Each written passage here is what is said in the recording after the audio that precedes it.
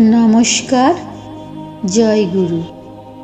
ঠাকুর একবার কেশবকে বলিতেছেন, বাড়ির ভিতরে অত থেকো না, ছেলে মেয়েদের মধ্যে থাকলে আরও ডুববে, ঈশ্বরীয় কথা হলে আরও ভালো থাকবে।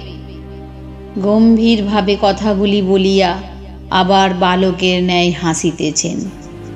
কেশবকে বলছেন, দেখি তোমার হাত দেখি। ছেলে মানুষের মতো হাত লইয়া যেন ওজন করিতেছেন। অবশেষে বলিতেছেন, না, তোমার হাত হালকা আছে, খলদের হাত ভারী হয়। সকলের হাস্য।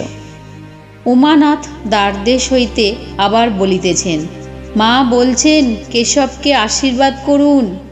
ঠাকুর শ্রী রামকৃষ্ণদেব বলিতেছেন গম্ভীর স্বরে, আমার কি সাধ্য, তিনিই আশীর্বাদ করবেন।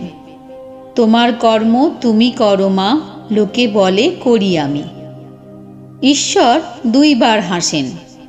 একবার হাসেন যখন দুই ভাই জমি বখরা করে আর দড়ি মেপে বলে এদিকটা আমার, ওদিকটা তোমার। ঈশ্বর এই ভেবে হাসেন, আমার জগৎ তার খানিকটা মাটি নিয়ে করছে এদিকটা আমার, ওদিকটা তোমার। ঈশ্বর আর একবার হাসেন। ছেলের অসুখ সংকটাপন্ন, মা কাঁদছে। বৈদ্য এসে বলছে, ভয় কি মা, আমি ভালো করব। বৈদ্য জানে না ঈশ্বর যদি মারেন কার সাধ্য রক্ষা করে। সকলেই নিস্তব্ধ। নমস্কার।